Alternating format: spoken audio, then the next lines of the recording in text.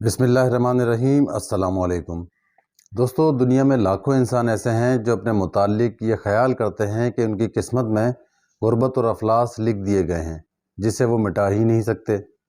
یاد رکھیے، ایسے لوگوں کی بدقسمتی ان کی خود ساختہ ہے، اور کیونکہ یہ نیگیٹو خیال یا غلط یقین ان کے تحت الشعور میں، ان کے سب کانشیس مائنڈ میں جاگزی ہو چکا ہے، پہنچ چکا ہے، وہ اسے عملی صورت دیتا رہتا ہے۔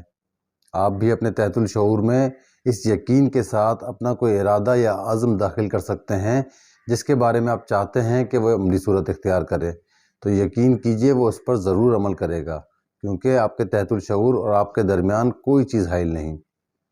دوستو، ایک عام مشاہدہ ہے کہ انسان جس بات یا خیال کو دہراتا رہتا ہے، ریپیٹ کرتا رہتا ہے، اس بات کا اسے یقین ہو جاتا ہے، خواہ وہ خیال اچھا ہو یا برا، نیگیٹو ہو یا پازیٹیو۔ اگر وہ اسے ریپیٹ کرتا رہے گا تو اسے ایک دن اس کا یقین ہو جائے گا۔ آج کی ویڈیو میں ہم اصول ذاتی تحریک کو سمجھنے کی کوشش کریں گے اور یہ جاننے کی کوشش کریں گے کہ اس اصول کے استعمال سے ہم کیا کچھ حاصل کر سکتے ہیں اور اپنے ذہن کو کیا کیا باور کروا سکتے ہیں۔ اس سلسلے میں آپ کے ساتھ بلیر نامی شخص کا ایک سچا واقعہ شیئر کریں گے، جس کے باپ نے اس کے ذہن میں ایک ایسی بات جاگزی کر دی جو غیر معمولی تھی۔ بلیر کی کہانی اس کے باپ کی زبانی سنتے ہیں۔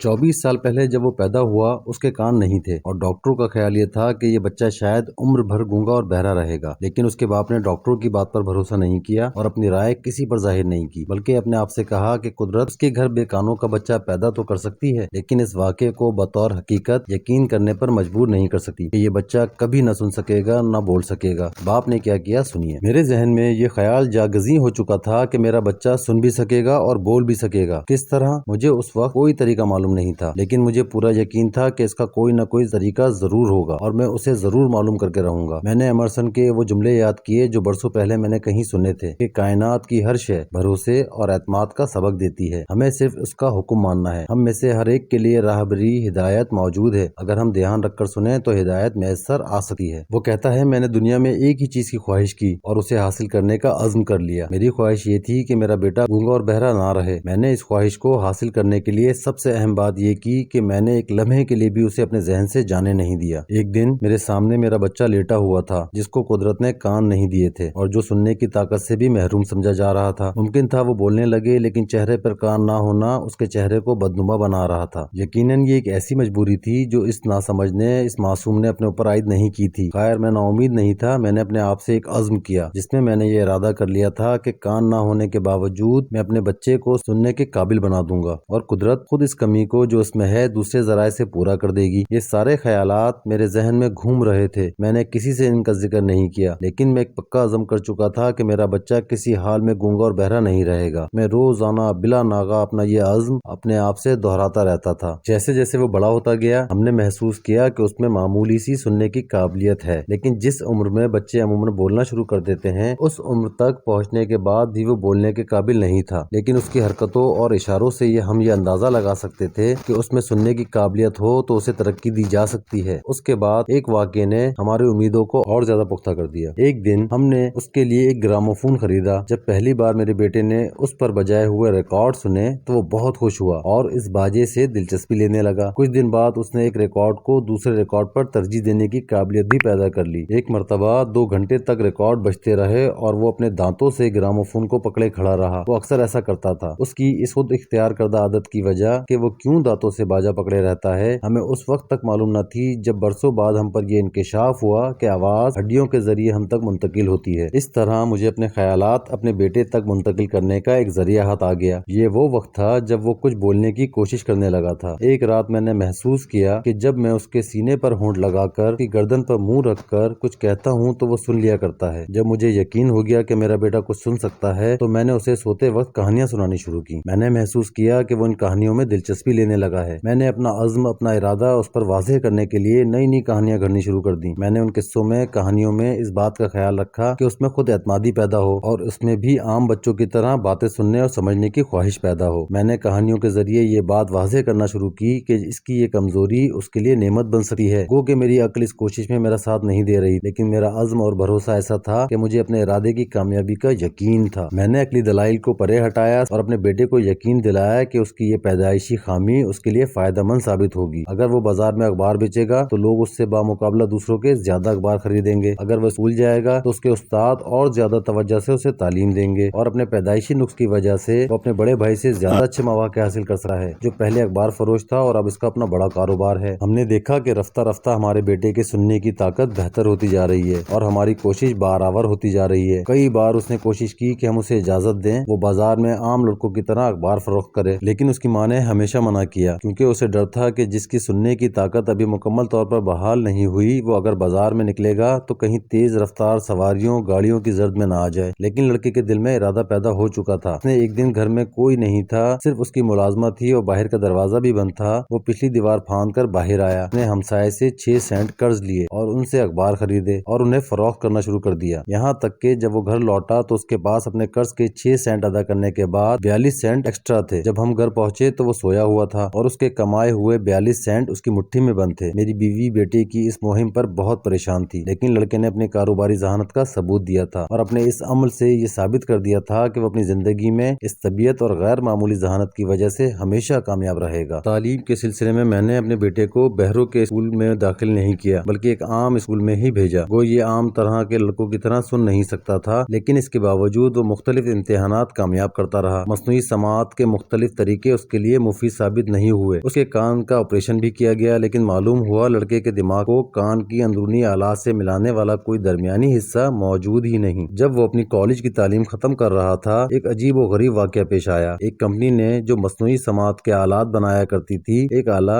میرے لڑکے کے لیے روانہ کیا، لیکن اس نے پہلی ناکامیوں کا خیال کر کے اسے استعمال کر کے دیکھا ہی نہیں۔ لیکن چند دنوں بعد اسے اس کا خیال آیا تو اس نے اسے اپنے سر پر لگایا اور محسوس کیا کہ اس کی وجہ سے اس کی سماعت بالکل عام لوگوں کی جیسی ہو گئی ہے۔ اس کو لگا کہ اس نے پہلی بار کالج میں اپنے اساتذہ کی تقریر سنی، سماعت حاصل کرنے کا عزم پورا ہو چکا تھا اور اس کی دنیا بدل گئی تھی۔ اس کامیابی پر خوش ہو کر اس نے اس کارخانے کے مالک کو ایک دلچسپ خط لکھا جس میں اس نے آلے کی بڑی تعریف کی۔ خط ملنے پر اس کو مالک کارخانہ نے اپنے پاس بلا لیا۔ اس نے کارخانہ دیکھا تو اسے وہیں یہ خیال آیا کہ اسے اپنی بقیہ عمر بہروں اور گونگوں کی خدمت میں صرف کر دینی چاہیے، جو خدا کی نعمتوں سے محروم اور جو ذرا سی کوشش سے ان نعمتوں کو حاصل کر سکتے ہیں۔ اس نے اس خیال کو عمل میں لانے کے لیے ایک ماہ تک خاموشی سے اس نئے آلے کی تجارت کے امکانات پر غور کیا، مارکیٹ اور سیلز کے ذرائع جانچے۔ اس کے بعد اس نے ایک تجویز تیار کی اور یہ تجویز اس کمپنی کے پاس بھیجی جو یہ آلات بناتی تھی اور جس نے بلیئر کی سماعت بحال کر دی تھی۔ کمپنی کو بلیئر کی تجاویز پسند آئیں اور انہوں نے اسے فوراً اپنے پاس بلا لیا۔ پھر اس نے ان بہروں اور گونگوں کے دل میں یہ خیال جاگزی کر دیا کہ اگر انہیں بات کرنے کی خواہش اور سننے کی تمنا ہے اور وہ اس خواہش اور تمنا کو پکے عزم میں تبدیل کر سکتے ہیں تو انہیں بلیئر کی طرح اس نعمت سے آشنا ہونے میں دیر نہیں لگے گی۔ بلیئر قدرتاً نامکمل پیدا ہوا تھا، اس نے اس کمی کو پورا کرنے کا تہیہ کر لیا تھا جس میں اس کے باپ کی کوششوں کا بھی کافی دخل تھا۔ اس کا یہ تہیہ یہ عزم بن گیا تھا اور قدرت نے اسے جس نعمت سے محروم کیا تھا، پکے ارادے کی کار فرمائی نے اسے وہی نعمت دے دی۔ سوچئے اگر بلیئر کے والدین ڈاکٹروں کے کہنے پر یہ یقین کر لیتے کہ ان کا بچہ بہرا اور گونگا رہے گا اور یہ طے نہ کرتے کہ اس قدرتی کمی کو وہ کسی نہ کسی طرح دور کریں گے تو شاید بلیئر ایک گمنام معذور انسان کی طرح سسک سسک کے مر جاتا۔ دوستو، دنیا میں ہم متعدد ایسے واقعات دیکھتے اور سنتے ہیں جن سے ثابت ہوتا ہے کہ انسان اگر جینے کا عزم کر لے تو مہلک سے مہلک بیماری اسے موت کی آغوش میں نہیں لے جا سکتی۔ پکے عزم کے ساتھ اعتماد اور یقین شریک ہو جائے تو انسان میں بڑی قوت پیدا ہو جاتی۔ پکا عزم ناکام نہیں ہوتا بشرطیہ آپ کو یقین ہو کہ آپ بہرحال اپنے ارادے میں کامیاب ہوں گے۔ جیسے ہی آپ نے کسی کام کا عزم کیا تو یقین کر لیجئے آپ کو وہ چیز حاصل ہوگی۔ جب آپ کا ذہن اس قسم کی سوچ اور کیفیت کا عادی ہو جائے گا تو آپ دنیا کی کامیاب ترین ہستیوں میں سے ایک ہو جائیں گے انشاءاللہ۔